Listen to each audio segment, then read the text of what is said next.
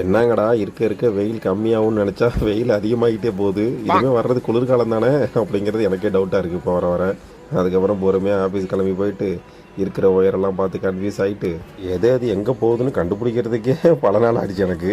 இன்னமும் சிலதை தேடிட்டு இருக்கேன்னா பார்த்துக்குங்க. நிஜமாவே இருக்க இருக்க பார்த்தீங்கன்னா வெயில் அதிகமாகவே இருக்குது. எந்த அளவுக்குன்னா நான் வெயிலில் நடக்காமல் நிழல்லே நடந்து போயிட்டுருக்கேன் அந்த அளவுக்கு. மணி இப்பொழுது சரியாக 10:58 ஆகிறது. இதுக்கப்புறம் தான் சாப்பிடே போகிறேன் காலை சாப்பாடு. பார்த்துங்க போகிற வழியில் பார்த்தீங்கன்னா இவங்க புதுசாக ஒரு கும்பல் வந்து இறங்கிருச்சு.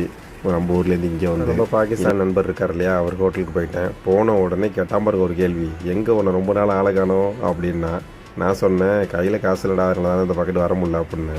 சரி சரி உட்காரு அப்படின்னு சாப்பாட்டை வச்சுட்டு ஒன்று சொன்னாங்க. நிஜமாவே எனக்கு ரொம்ப மனசு இப்பயும் உறுத்துது. காசு இல்லைன்னா இந்த பக்கெட்டு வராமல் இருக்காத, நீ பாட்டுக்கு வா சாப்பிடு, நீயே கணக்கு வச்சுக்கோ, சம்பளம் போட்டதுக்கப்புறம் கூட ஒன்றும் பிரச்சனை கிடையாது. அப்போ ஓமன் வந்ததுலேருந்து இந்த வார்த்தையை இவன் சொல்லி தான் நான் கேட்டிருக்கேனே.